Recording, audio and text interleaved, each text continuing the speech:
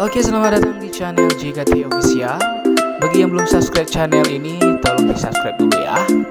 Dan juga jangan lupa diaktifkan lonceng notifikasinya agar kalian tidak ketinggalan dengan cerita humor yang ada di channel ini. Oke, jangan lupa di like, share, and comment. Selamat menonton. Kita awali dengan informasi pertama. Setelah teridentifikasi oleh tim DVI, jenazah pilot Sriwijaya Air SJ182 Kapten Afwan dimakamkan di pemakaman pahlawan Pondok Rajek Bogor dengan prosesi militer. Sebelumnya almarhum disemayamkan di rumah duka di Perumahan Bumi Cibinong Endah, Kecamatan Cibinong, Bogor, Jawa Barat.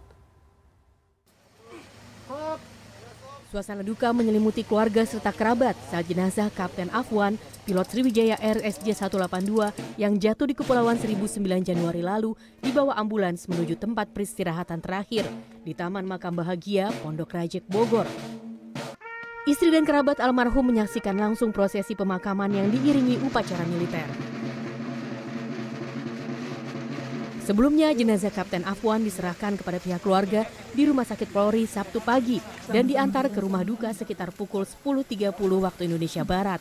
Sesampai di rumah duka, jenazah disemayamkan selama 1 jam untuk kemudian disolatkan di masjid. Kapten Afwan selama ini dikenal warga sekitar sebagai sosok lelaki baik dan taat beribadah.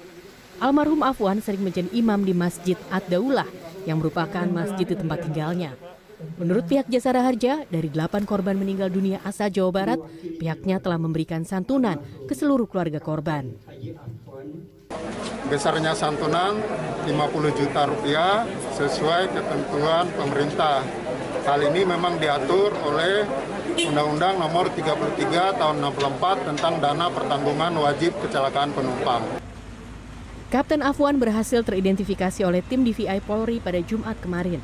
Suasana duka menyelimuti keluarga yang ditinggalkan saat jenazah yang ditutupi bendera merah putih ini memasuki mobil jenazah meninggalkan Rumah Sakit Polri. Kapten Afwan meninggalkan 1 istri dan 3 anak. Tim Liputan CNN Indonesia.